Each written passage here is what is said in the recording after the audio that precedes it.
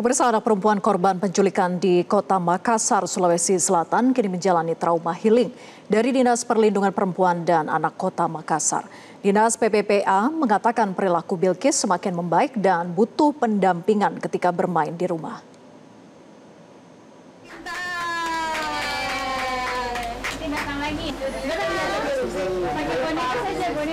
Pemirsa, anak perempuan korban penculikan Bilqis menjalani trauma healing dari Dinas Perlindungan Perempuan dan Anak yang melibatkan tim psikolog anak.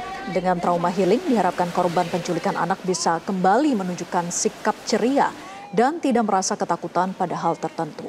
Bilqis berhasil ditemukan di Provinsi Jambi oleh unit Jatanras Polrestabes Kota Makassar setelah yang melakukan upaya pencarian selama 6 hari. Polisi berhasil menangkap 4 pelaku yang ditetapkan menjadi tersangka dalam kasus penculikan anak.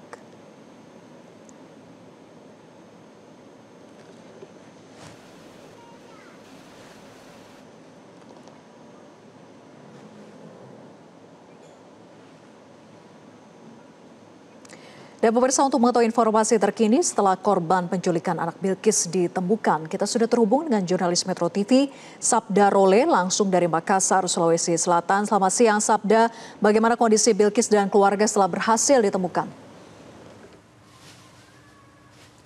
Ya, selamat siang Vera dan juga pemirsa. Perjalanan hidup Bilqis Ramadan ini memang menjadi perhatian publik setelah kisah penculikannya terungkap dan berakhir dengan penyelamatan dramatis di Provinsi Jambi.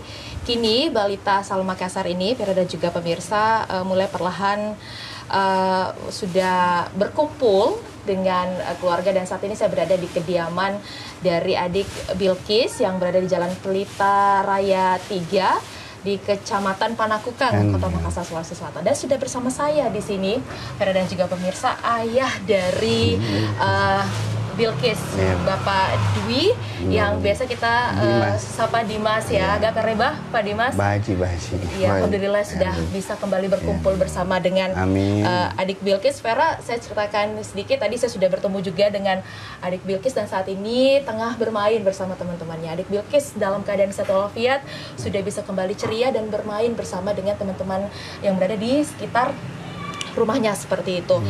Pak Dimas, kami ingin mendengar lagi cerita Pak Dimas terkait dengan kronologi dari hilangnya Ananda Bilqis pada 2 November 2025. Kemarin seperti apa, Pak?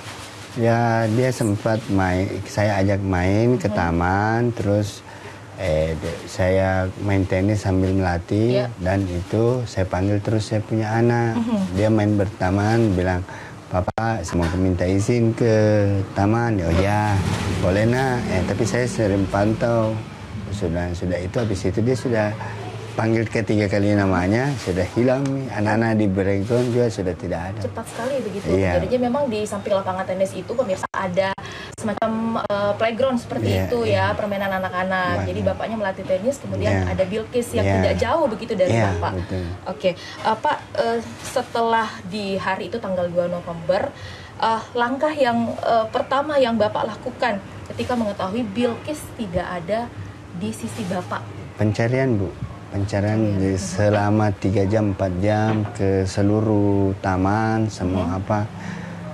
Terus kita pulang lagi ke rumahnya ini, terus berdoa, bertanya-tanya, kenal ini, bagikan sempat share informasi di sosial media seperti itu ya, Pak ya? Iya. Oke. Kemudian Pak, saat itu Bapak langsung lapor polisi? Ada koordinasi dengan pihak polisi pada saat itu? Sorenya, Bu. Sorenya langsung ke Polrestabes seperti Polsek. Polsek Panakukang. Oke. Untuk minta surat kehilangan kita punya anak, terus dibikin, ya sudah. Terus malamnya kita berdoa, mencari sambil mencari, berdoa. Anak kami ini, gitu, Mbak. Oke, jadi memang selama 1 minggu terakhir itu melakukan upaya pencarian, baik itu dari media sosial, kemudian bertanya kiri kanan, menyebarkan foto Bilqis seperti itu, Pak. Dan akhirnya setelah 1 minggu, ada sempat juga rekaman CCTV yang itu menjadi ikon. Ya, itu rekaman CCTV tersebut yang menjadi kunci polisi untuk melacak pelaku seperti itu. Kemudian Pak, momen Bilqis temukan begitu cukup jauh dari Sulawesi Selatan di Provinsi Jambi di Sumatera sana. Momennya kalau dari cerita dari Bapak polisi cukup dramatis seperti itu negosiasinya dengan pihak yang ada di Jambi. Pak, boleh diceritakan sedikit momen Bilkis tercinta ditemukan? Apakah pada saat ditemukan langsung dikabarkan sama Pak polisi seperti itu? Betul, benar Mbak. Dikabari. Itu dikabarinya siang, malam? Malam. Ya, malamnya hari Sabtu pukul 9.10. Terus dia bilang standby. Kamu ini mau lihat kamu, kan kita kirim foto misalnya. Berarti Bapak sudah tahu bahwa pihak dari Polrestabes sudah berangkat ke Provinsi Jambi begitu? Iya, betul. Hari Jumat. Hari Jumat itu? Iya, betul. Cuman kita enggak mau. Berarti Bapak udah punya harapan di situ karena saya berdoa polisi sudah berangkat ke Sumatera seperti itu. Kemudian jam berapa tadi Bapak dihubungi sama pihak dari Jatandras? Jam 9, jam 10. Bilang, ini dia video call dulu pertama awal sama mamanya. Terus video call soal apa Pak? Ini anak ketemu. Betul. Terus dia bilang, Papa, jadi ini pihak kepolisian panggil saya. Kan saya di luar karena parkir dulu saya punya mobil. Habis itu dia bilang, Papa, saya menangis nih Bu. Saya bilang, Pak Bilkis, ikut nih sama Om. Nah, nanti Papa jemput nanti di Makassar. Oke, jadi pada saat pertama kali Pak polisi video call itu langsung ditatap video call sama Bilkis seperti itu. Sempat menangis dia kayak gini. Oke, baik. Pak, setelah sampai di Makassar kan disambut begitu sukacita, begitu haru gitu di Polrestabes Makassar dan videonya juga. Setelah Bilkis kembali ke pangkuan Pak Dimas, bagaimana kondisinya Pak? Masih trauma kalau trauma satu hari, maksudnya 6 jam Bu ya. Maksudnya 6 jam kayak masih ada takutnya sama orang gitu. Tapi Bilkis nggak lupa sama Bapak? Enggak, pertama awal ketemu sama fisiologi, Bilkis ini siapa? Bapak Imas. Nah, dia bilang begitu. Jadi saya sambut nih. Dia bilang ini apa? Bapak. Ini Mama. Terus saya bilang perlu saya punya anak. Saya tidak bisa makan karena mau menangis. Oke, baik Bapak. Bapak ada sempat memeriksa kondisi fisik Bilkis nggak sih? Iya, saya bilang Bilkis sama ibu dokter ini periksa mulai dari ujung kepala sampai kaki, ada sakit tidak ada apa-apa, tidak ada. Dia bicik saya tuh. Terus saya bilang, itu saja dia bilang, belikan saya es ya Papa. Bilkisnya mau es krim gitu. Oke, baik.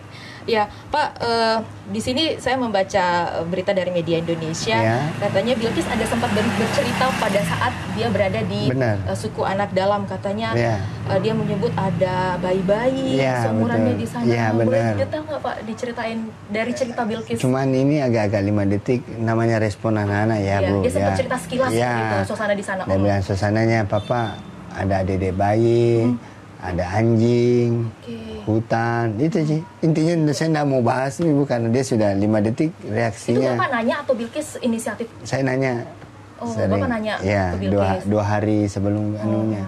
Seperti apa Bapak tanya ke Bilkis? Bye-bye. Saya elus-elus. Dia sana lihat dedek bayi, lihat anjing gitu. Di sana? Ya, hutan, kayak hutan lah. Tapi saya bilang, tidak takut nak, diam saja. Kayak hasilnya mungkin agak-agak, saya tidak paksa ya Bu, karena mungkin trauma ya. Jadi saya sudah nanya begini. Saya tidur bareng-bareng. Kis, mau main apa nak? Main sembunyi-sembunyi Papa. Oke, saya di sini. Kalau malam tadi main sembunyi-sembunyi sama bonekanya. Iya.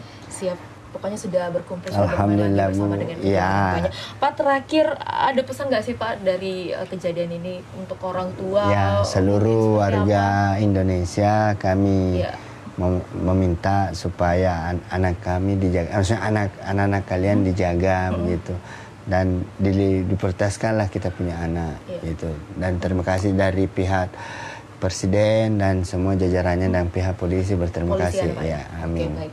Terima kasih Pak Dimas. Ayah dari Bilqis, selamat kembali berkumpul dengan Bilqis dan juga Ibu. Ya, itu tadi Vera cerita dari ayah dari Bilqis, dan hingga saat ini untuk penyidikan polisi sudah menetapkan 4 tersangka dalam kasus ini, dan polisi masih terus melakukan pendalaman dugaan adanya TPPO internasional dalam kasus penculikan Bilqis. Dan tentu saja kami juga menghimbau kepada seluruh warga Indonesia untuk tetap aware dengan anak. Jangan pernah lengah, karena kita tidak mengetahui kejahatan itu bisa terjadi dimanapun dan kapan saja. Demikian dari Makassar, Vera, saya kembalikan ke Vera di studio. Baik, terima kasih Sabda Role melaporkan langsung dari Makassar, Sulawesi Selatan. Jelajahi cara baru mendapatkan informasi. Download Metro TV Extend sekarang.